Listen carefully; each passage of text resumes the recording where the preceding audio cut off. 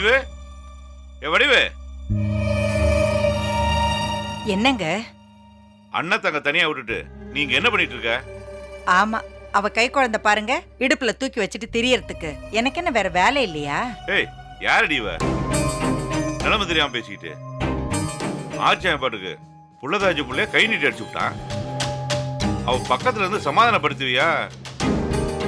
அதை விட்டுட்டு பொறுப்புலாம் பேசிட்டு இருக்க. ஏங்க, அவளே சும்மா இருந்தாலும் நீங்க விட மாட்டீங்க போல இருக்கு. அவன் ஏதோ ஆத்திரத்துல ஒரு தட்டு தட்டிட்டான். அதெல்லாம் அண்ணன் பெருசா எடுத்துக்க மாட்டா. நீங்க போய் உங்க வேலையை பாருங்க. ஏய், எல்லாத்தையும் நீயே முடிவு பண்ணுவியா? அண்ணா அழுதுகிட்ட பெட்ல துணிமணி எல்லாம் எடுத்து வச்சுட்டு இருக்கா. என்கிட்ட ஏட்டிக்கு புட்டி பேசாம அவளை பார்த்து என்ன ஏதுன்னு கேளு. எனக்கு என்னமோ தப்பா தெரியுது. என்னது? துணிமணி எல்லாம் எடுத்து வச்சிட்டு இருக்காளா? ஏன், என்னாச்சு? ஆமா, எல்லாத்தையும் என்கிட்டயே கேளு. போ, போய் அவளை என்ன ஏதுன்னு பாரு.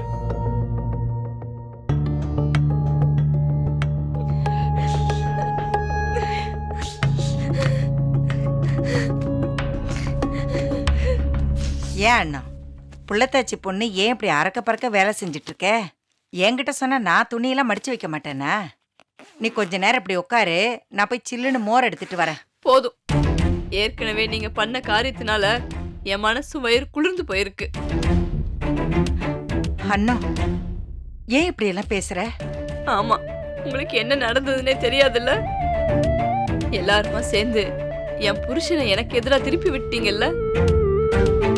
என்ன கோவம் இருந்தாலும் இது வரைக்கும் அவர் என்ன கை நீட்டி அடிச்சதே இல்லை. இன்னைக்கு நான் வாயும் வயிறுமா இருக்கிறப்போ என்னை அடிக்கிற அளவுக்கு பண்ணிட்டீங்கல்ல. போதும், இந்த குடும்பத்துக்காக உழைச்சு அசிங்கப்பட்டதெல்லாம் போதும். இனி ஒரு நிமிஷம் கூட நான் இங்க இருக்க மாட்டேன். நான் எங்கேயாவது போறேன். அண்ணா, ஏன் அண்ணா இப்படி வாய்க்கு வந்தபடி எல்லாம் பேசிட்டு இருக்க? நாங்களா ஆரிச்சாமே உனக்கு எதிராக திருப்பி விட்டோம்? பேசிட்டு இருக்கும்போது ஏதோ ஒரு வேகத்துல அவன் கையை நீட்டிட்டான். தெரியாம நடந்து போச்சு. அத போய் பெருசு பண்ணலாமா? இல்ல, எதுவுமே தெரியாம நடக்கல. எல்லாத்தையும் நீங்க எல்லாரும் சேர்ந்து திட்டம் போட்டு பண்றீங்க. ஐயோ, என்னங்க இது? இதுக்கெல்லாம் காரணம் அந்த ரேவதி தான். அவளாலதான் என் பொழப்பு இன்னைக்கு இப்படி கேவலப்பட்டு கிடக்குது. நீ இப்ப எதுக்கு ரேவதிய குறை சொல்ற? அவ என்ன பண்ணா? என்ன பண்ணாளா? எல்லாத்தையுமே அவதான் பண்ணா. இந்த குடும்பத்தில் நடக்கிற எல்லா கெட்டதுக்குமே அவதான் காரணம். சக்தி அவளை தூக்கிட்டு போய் கல்யாணம் பண்ணால, அவனை போலீஸ்ல புடிச்சு கொடுக்க வேண்டியதானே? அதை விட்டுட்டு யார் அவன் கூட குடும்பம் நடத்த சொன்னா?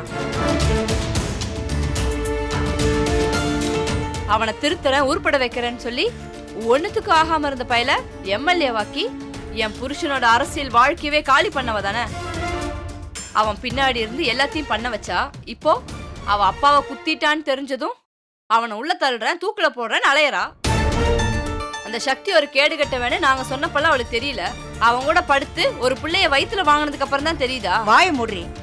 நானும் போனா போதுன்னு பார்த்தா உன் இஷ்டத்துக்கு பேசிக்கிட்டே போற. உனக்கு என்ன தெரியும் ரேவதியை பத்தி? அவளை பத்தி பேசுறதுக்கு உனக்கு எந்த தகுதியும் கிடையாது. ஆமா, உங்களுக்கு அவதான வசதி. அவதான உங்க வயித்துல பிறந்தவ. நானெல்லாம் எக்கேடு கெட்டு போனா உங்களுக்கு என்ன? அண்ணா, ஏமா இப்படி எல்லாம் பேசுற?